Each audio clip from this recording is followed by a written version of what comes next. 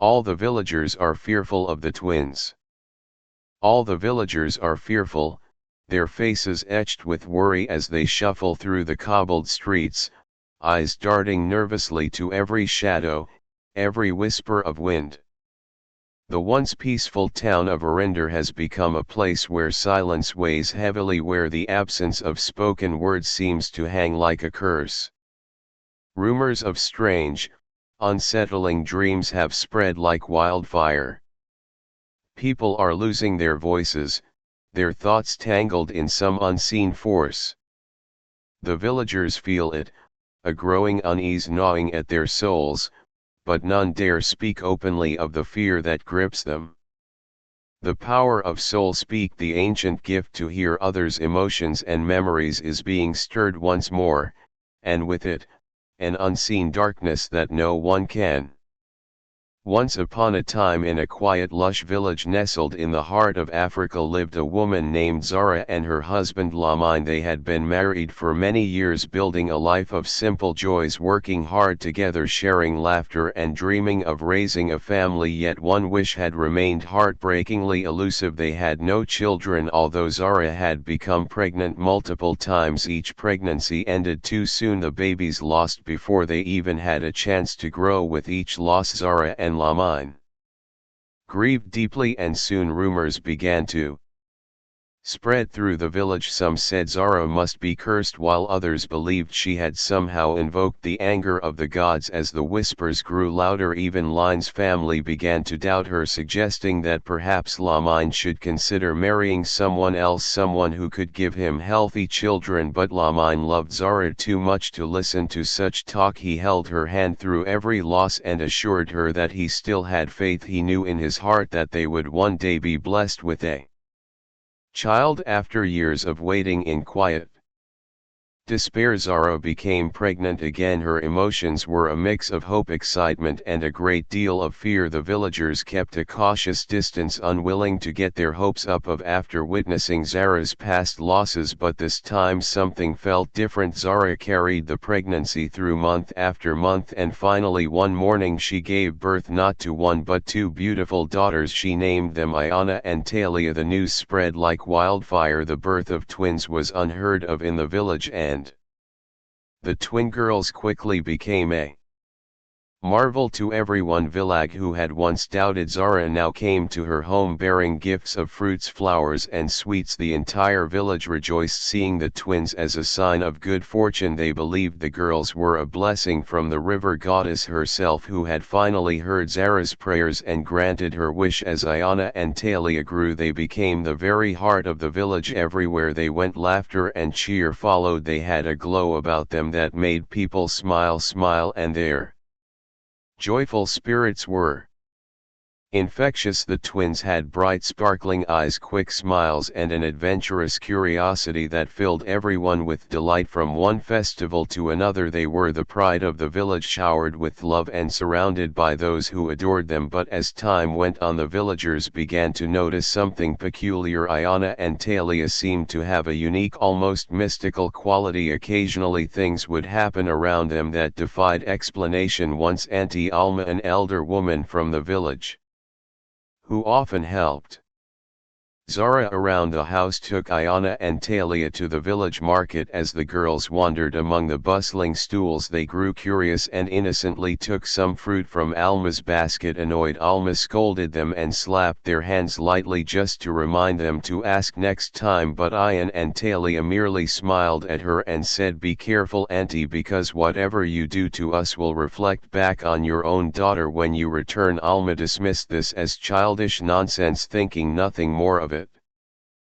But when she returned home, she found her own daughter crying with identical red marks on her hands, exactly where she had slapped Iana and Talia. Shocked and confused, Alima recounted the incident to other villagers. Some were skeptical, while others looked at Iana and Talia with a newfound caution. People still adored them, but now a slight edge of mystery and uncertainty surrounded the girls. As Iana and Talia grew older, strange events like this happened more frequently. One day the twins accidentally knocked over an old clay pot that belonged to the Village elder Old Kia, known for her harsh nature and quick temper, Old Kia scolded the girls and demanded they stand under the hot sun holding heavy stones as punishment. Talia, her spirit unbowed even under the elder's harsh treatment, looked at Old Kia with a determined gaze and said, "From this day forward you will never be able to enter your own music home." Old Kia brushed off the words as idle threats from a child. However, when she returned to her house later that evening, she found that her door seemed to shift away each time she tried to approach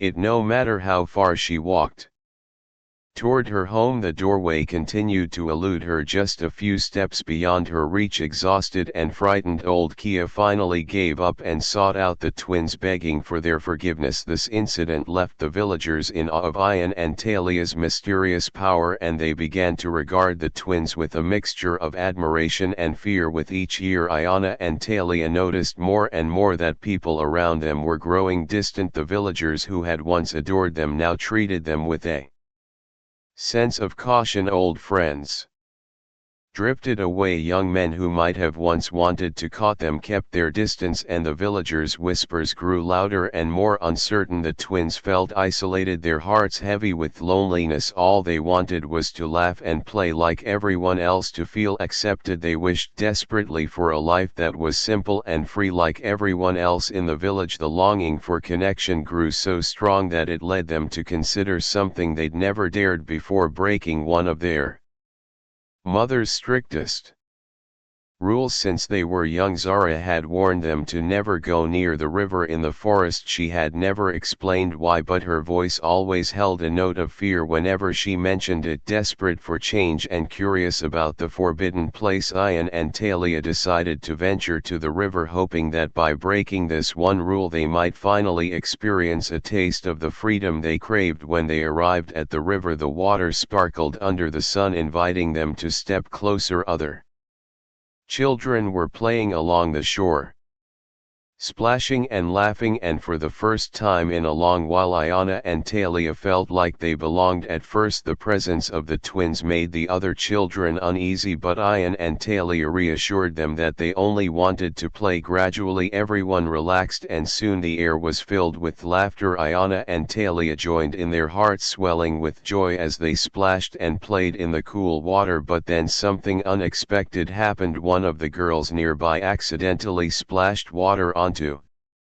Iana, and immediately her skin began to shimmer with scales that glistened like fish. Her smile vanished as she looked at her arms, which were transforming before her very eyes. Fear rippled through the crowd as Iana's body continued to morph, her legs merging together as she began to transform into a river creature. Talia, desperate to help her sister, reached out and touched the water, but to her horror the same transformation began to happen to her. She felt her skin tighten and change, turning into silvery scales as her legs fused together. The children around them screamed and fled, running back to the village to tell the adults what had happened. When Zara heard the news, she dropped everything and rushed to the river bank. What she saw there broke her heart. Her daughters, her beloved twins, were turning into creatures of the river, their faces filled with fear and confusion. Zara knelt at the river bank, her tears flowing freely as she watched helplessly. The twins looked back at her with pleading eyes, but there was nothing she could do. Desperation clawed at Zara's heart as she realized the truth she had kept hidden for so long had finally caught up with her. As the twins continued to change, the village priest arrived, his face grave. In a soft voice he revealed a secret that Zara had hoped to keep buried forever. He told the villagers that Iana and Talia were not ordinary children, they were the daughters of the river goddess. Years ago, in her desperation for a child, Zara had visited an herbalist and asked him to intercede with the goddess of the river. The goddess had granted Zara's wish, but with one condition: the children must never touch the waters of the river or they would return to their true nature. There was no way to reverse the transformation. The villagers stood in silent awe, realizing that the twins who had been both loved and feared belonged to the river, but Zara refused to give up hope. Desperate to find a way to save at least one of her daughters, she went to the herbalist who had helped her so long ago, only to find that he had passed away years earlier. With no other options left, Zara was forced to make the hardest decision of her life. In a solemn ceremony by the river, the villagers Zara and Lamine bid farewell to Ayana and Talia. Zara wept openly as the river goddess claimed Ayana, making her part of the water. However, in an unexpected act of mercy, the goddess allowed Talia to return to the land, restoring her human form. Zara held Talia tightly by the riverbank, her heart a blend of joy and sorrow. She had lost one daughter to the river, but the goddess had granted her the grace to keep the other. Talia and Zara looked into the river forever, feeling a connection to the sister who had returned to her rightful place in the water. The villagers, once divided between love and fear, now saw the twins' story as a lesson in trust, acceptance, and the mysteries of fate. For Zara and Talia, each day became a precious reminder of life's fragile beauty, and the river's gentle flow served as a lasting reminder of Ayana's presence. And so from that day forward, the village held a deep reverence for the river and the secrets it held within its depths, honoring the gods who had given and taken away, teaching them all a lesson in love and letting go. The tale of Ayana and Talia Part 2. In the days following Ayana's return to the river, a quiet sadness blanketed the village. People who had once been filled with both admiration and fear for the twins now saw them with newfound reverence. Stories spread of how Ayana had been taken by the river goddess and transformed into one of the river's own, leaving Talia and her mother Zara to mourn her absence while honoring her memory. For Talia, life was never the same again. Losing her sister felt like losing half of herself, as they had been inseparable from birth. Zara too was a changed woman. Every morning she would sit by the river, eyes fixed on the gently moving water, as if waiting for a glimpse of Ayana or a sign that her spirit was nearby. The village's relationship with the river also transformed. Villagers approached the water with a mix of awe and caution, honoring it as a sacred space. Parents would tell their children stories of Ayana, the girl who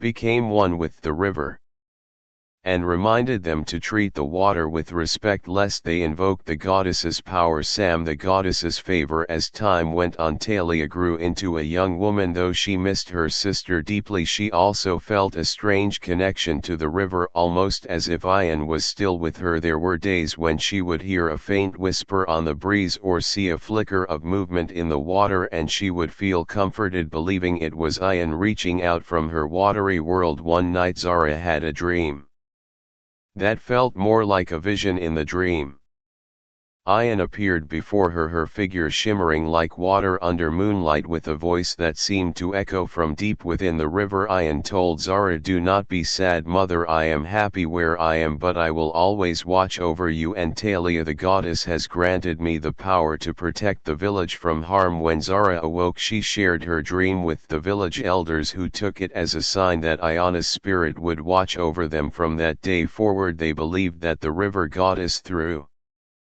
Ayana, would safeguard their village. This belief brought a sense of peace to Zara and Talia, as they came to accept that Ayan's transformation was not a loss but a powerful rebirth. The year of the drought seasons passed and the village continued to thrive, but one year an unexpected drought struck. The sun grew hotter than ever before, the rain ceased to fall, and the fields turned dry, and brittle rivers across the region dwindled. But strangely, the river near their village continued to flow, its water steady and clear. Villagers from neighboring lands noticed this phenomenon and journeyed to the village to fetch water. Talia and Zara saw this as Ayana's blessing, believing that the river goddess was honoring the village's faith and Ayan's spirit. The village leaders held a ceremony by the river to give thanks, bringing offerings of fruit, flowers, and woven cloth as gifts for the goddess and in remembrance of Ayana. As drought tightened its grip across the region, more and more people arrived to take water from the river. At first, the villagers were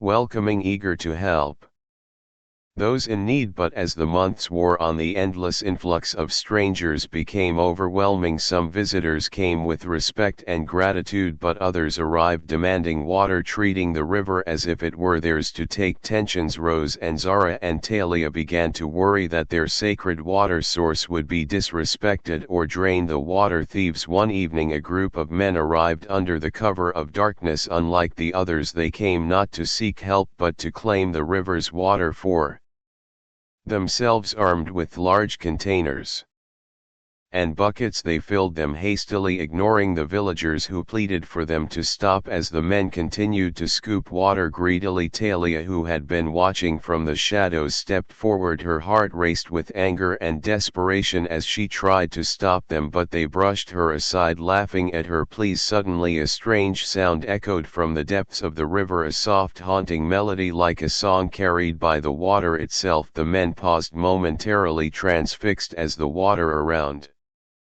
them began to ripple and shift. Before their eyes the river seemed to come alive, and from its depths emerged a shimmering, translucent figure, Iana, her form woven from water and moonlight. The men staggered back, fear flashing in their eyes as Iana's voice filled the air. It was both gentle and powerful, with an undercurrent of authority that demanded respect. Leave this place, she commanded. This river is sacred, a gift to those who honor it. You come with greed, but you will leave with nothing. One of the men, attempting to regain his courage, muttered something under his breath and reached for his container, but as his fingers touched the water, a sharp icy chill spread up his arm, freezing him in place. The others, seeing this, abandoned their containers and fled into the night, leaving the man to stumble back, shaking with terror. Words spread quickly of what had happened, and the story of Ian's appearance became legend among the villagers. They believed more than ever that Iana was watching over them, a guardian of the river who would protect them from those who sought to abuse its gifts. A lasting legacy. As the drought continued, the villagers became more protective of their river. They set up boundaries, creating paths that directed strangers to approach respectfully, with the understanding that this was sacred water. Those who came with reverence were allowed to take what they needed, but those who showed greed or disrespect were turned away. Talia took on a role as the river's caretaker, a protector of the water's sanctity. She would spend hours each day by the riverbank, quietly watching over it, listening to the gentle flow, and sometimes, just sometimes, feeling the presence of her sister beside her. Zara too found peace in knowing that Iana's spirit remained near. She visited the river every morning, bringing small offerings of flowers and singing songs she had once sung to Iana and Ia as children. It was her way of honoring Iana and expressing her gratitude for the gift the river goddess had given her. As the seasons passed, the drought finally broke and rains returned to the land. The river swelled with new life, its waters flowing stronger and purer than ever before. The villages celebrated with a great feast, giving thanks to Iana and the river goddess for protecting them through such a difficult time. A new generation. Years turned into decades, and Talia eventually became a mother herself. She would tell her children and grandchildren the story of Iana, the sister who became part of the river. She shared with them the lessons she had learned, that respect for the natural world and gratitude for its gifts were more valuable than any possession. The children would sit by the river's edge, listening intently as Talia described the night Iana appeared to defend the river. They would gaze into the water, hoping to catch a glimpse of her spirit, wondering if the gentle ripples and soft light were her way of watching over them. Over time, the story of Ian became woven into the fabric of the village's culture. The villagers passed it down through generations, and Ian's memory lived on, not as a loss but as a symbol of resilience, protection and love. The river's promise. One evening, as Talia sat by the River, her hair now silver with age, she closed her eyes and listened to the gentle sounds of the water. For a brief fleeting moment she felt a warm presence beside her, and she knew deep in her heart that Ayana was still with her. With a smile Talia whispered to the river, "Thank you, sister, for all that you have given us." And as the river flowed on its waters carrying her words into the endless depths, the spirit of Ayana remained forever a part of the land, forever watching over those she loved. The river, bound by the promise of the goddess, would forever nurture, protect and remind the village of the blessing it had received. In time the river became known not only for its beauty and bounty but for the legend of Ayana, the girl who had transformed and become the village's guardian spirit. Her story lived on not just as a tale of loss but as a powerful testament to the bond between family, faith and the timeless flow of nature itself. Thank you for joining us on the journey of Ayana and Talia, a tale of family, faith and the powerful bond. As the first light of dawn cuts through the fog, the village of Eryndor begins to stir with a quiet energy.